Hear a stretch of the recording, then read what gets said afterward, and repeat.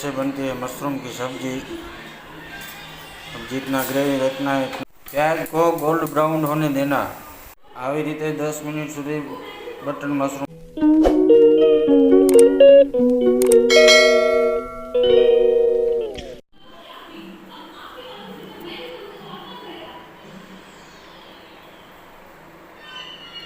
પહેલાં બોઇલ કરી લેવાના તપેલીમાં।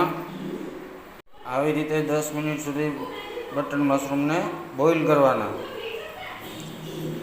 બોઇલ થઈ જશે એટલે એકદમ ટાઈટ થઈ જશે।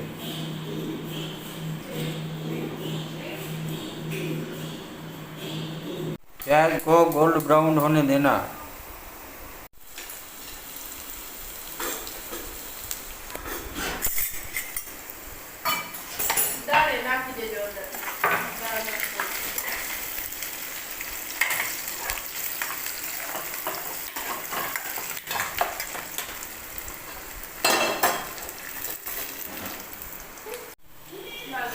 फिर प्याज के साथ मशरूम डाल देना।